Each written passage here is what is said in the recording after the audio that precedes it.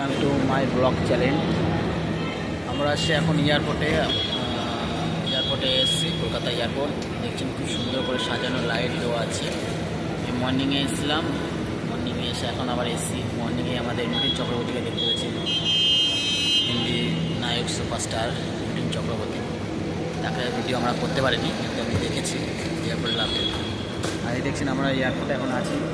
সব এখানে OLA Uber সব যারা দূর থেকে আসবে ওলা উবেরও করতে পারে, বুকিং করতে পারে।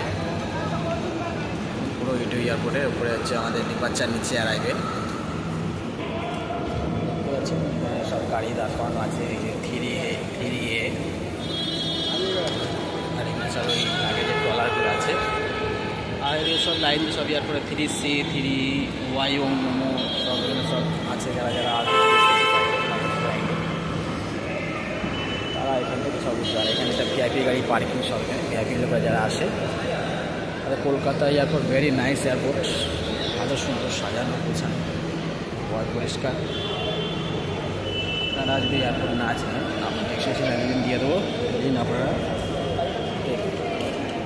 দিয়ে এখান থেকে সকালবেলায় এসেছিলাম আমাদের মিঠুন চক্রবর্তী ভেরি নাইস।